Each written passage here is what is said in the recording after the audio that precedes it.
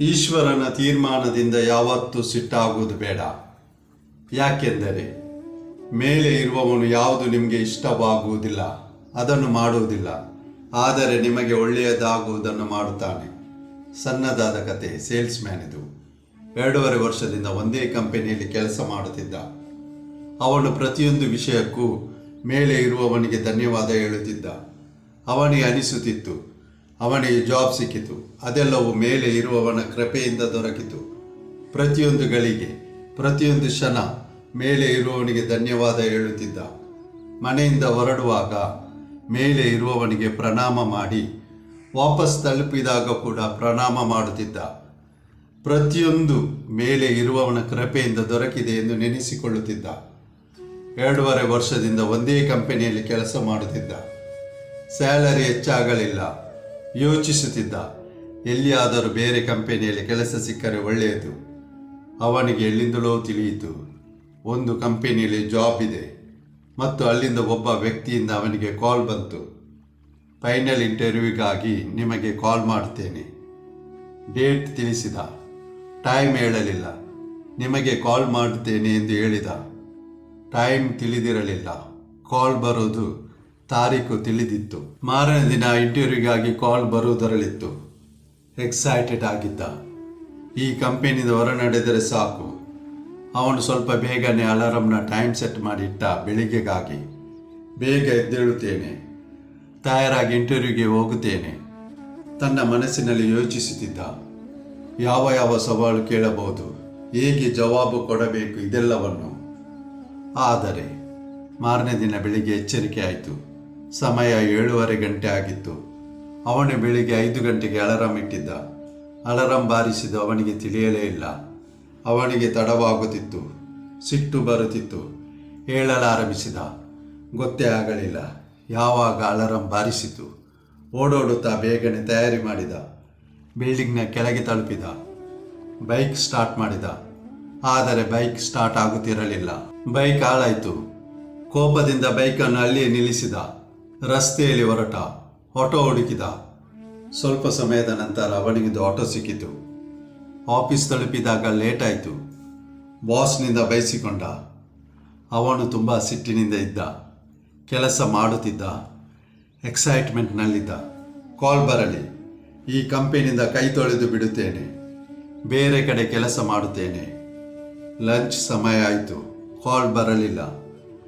Lunch ಟೈಮ್ನಲ್ಲಿ office canteen ತಲುಪಿದ. ಬೆಳಿಗ್ಗೆ ಅವಸರದಲ್ಲಿ ಹೊರಟಿದ್ದ. ಟಿಫಿನ್ ಮರೆತಿದ್ದ. ಕ್ಯಾಂಟೀನ್ ತಲುಪಿದಾಗ ಅಲ್ಲಿ ಬೀಗ ಹಾಕಿತ್ತು. ಕ್ಯಾಂಟೀನ್ ಬಂದಾಗಿತ್ತು. ಅವನಿಗೆ ಕೋಪ ಬರಲು ಪ್ರಾರಂಭವಾಯಿತು. ಇವತ್ತಿನ ದಿನ ಯಾಕೆ ಹೀಗೆ ನಡೆಯುತ್ತಿದೆ? ತುಂಬ ಕೆಟ್ಟ ದಿನ. ಅವನು ಸ್ಯಾಂಡ್ವಿಚ್ ಆರ್ಡರ್ ಮಾಡಿದ.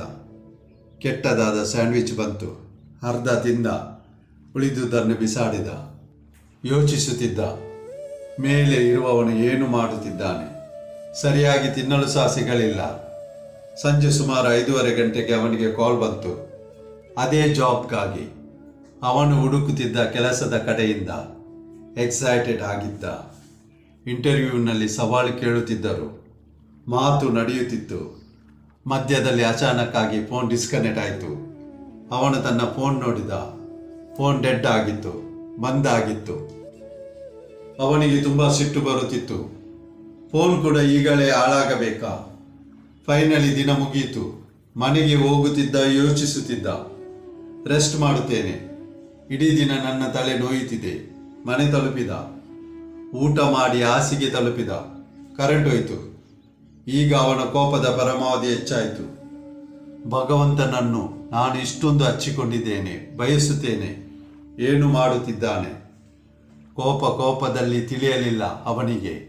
ಯಾವಾಗ ನಿದ್ರೆ ಬಂತು. ಸ್ವಪ್ನದಲ್ಲಿ ಭಗವಂತನ ಹತ್ತಿರ ಮಾತನಾಡುತ್ತಿದ್ದ. ಭಗವಂತನಿಗೆ ಹೇಳುತ್ತಿದ್ದ, ಏನು ಬಯಸುತ್ತೀರಿ ನನ್ನಿಂದ? ನಾನು ನಿಮ್ಮ ಇಷ್ಟೊಂದು ದೊಡ್ಡ ಭಕ್ತ. ಪೂಜೆ ಪುರಸ್ಕಾರ ಎಲ್ಲ ಮಾಡುತ್ತೇನೆ. ನೀವು ಏನು ಮಾಡುತ್ತಿದ್ದೀರಿ? ಇವತ್ತಿನ ದಿನ ಎಷ್ಟೊಂದು ಕೆಟ್ಟದಾಗಿತ್ತು. ಅಲಾರಾಂ ಆಗಲಿಲ್ಲ. ಬೈಕ್ ಹಾಳಾಯಿತು. ಆಟೋ ತುಂಬ ಕಷ್ಟದಿಂದ ಸಿಕ್ಕಿತು. ಕ್ಯಾಂಟೀನ್ ಬಂದಾಗಿತ್ತು. ಟಿಫಿನ್ ಕೊಂಡೋಗಲಿಲ್ಲ. ಸ್ಯಾಂಡ್ವಿಚ್ ಕೆಟ್ಟದಾಗಿತ್ತು. ಕಾಲ್ ಬಂದಾಗ ಅದು ಕೂಡ ಬಂದಾಯಿತು. ಮನೆಗೆ ಬಂದು ನಿದ್ರಿಸಲು ಯೋಚಿಸಿದಾಗ ಕರೆಂಟ್ ಹೋಯಿತು. ಏನು ಬಯಸುತ್ತೀರಿ ನೀವು? ಭಗವಂತ ಹೇಳಿದನು, ಇವತ್ತು ಆಯಿತು, ಅದೆಲ್ಲವೂ ನನ್ನ ಇಷ್ಟದಿಂದಲೇ ಆಯಿತು. ನಾನು ಬೇಕು ಅಂತಾನೆ ಅಲಾರಂ ಯಾವಾಗ ಹೊಡೆಯಿತು ನಿನಗೆ ತಿಳಿಯದಾಗೆ ಮಾಡಿದೆ. ನಿನ್ನ ಬೈಕ್ ನಾನೇ ಹಾಳು ಮಾಡಿದೆ. ನಾನು ಬಯಸುತ್ತಿದ್ದೆ ನೀನು ತಡವಾಗಿ ತಲುಪಬೇಕು. ನೀನು ಬೈಕಿನಿಂದ ಹೋಗುತ್ತಿದ್ದರೆ ನಿನ್ನ ಆಕ್ಸಿಡೆಂಟ್ ಆಗುತ್ತಿತ್ತು.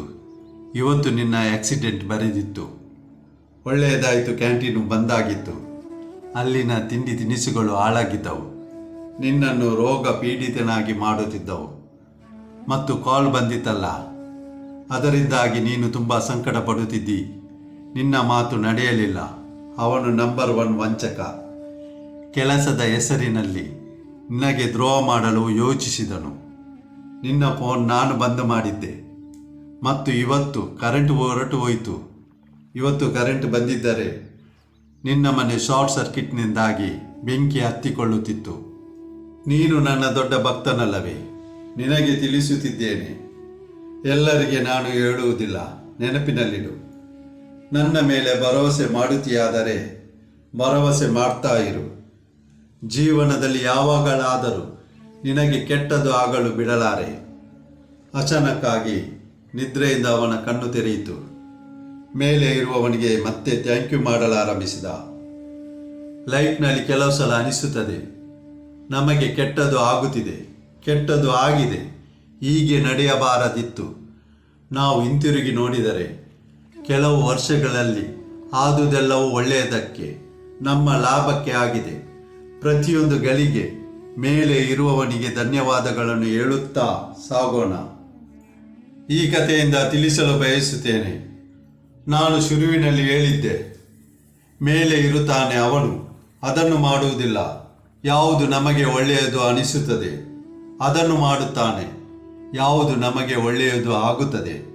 ಮತ್ತೆ ಅದೇ ಮಾತು, ಮೇಲೆ ಇರುವವನ ಆಶೀರ್ವಾದದಿಂದ, ನಿಮ್ಮವರ ಪ್ರೀತಿಯಿಂದ, ನಿಮ್ಮ ಆತ್ಮವಿಶ್ವಾಸದಿಂದ ಪ್ರಯತ್ನಿಸಿ. ಗೆಲುವು ನಿಮ್ಮದಾಗಿಸಿ. ಈ ಜಗತ್ತು ನಿಮ್ಮನ್ನು ಹಿಂಬಾಲಿಸುವಂತೆ ಮಾಡಿ. ಮತ್ತೆ ಭೇಟಿ ಮುಂದಿನ ಕಥೆಯೊಡನೆ. ನಮ್ಮ ಚಾನೆಲ್ ಲೈಕ್ ಮಾಡಿ, ಸಬ್ಸ್ಕ್ರೈಬ್ ಮಾಡಿ. ಅಲ್ಲಿಯವರೆಗೆ ನಿಮ್ಮ ಬಗ್ಗೆ ಕಾಳಜಿ ವಹಿಸಿ. ಸದಾ ನಗುನಗುತ್ತಾ ಇರಿ.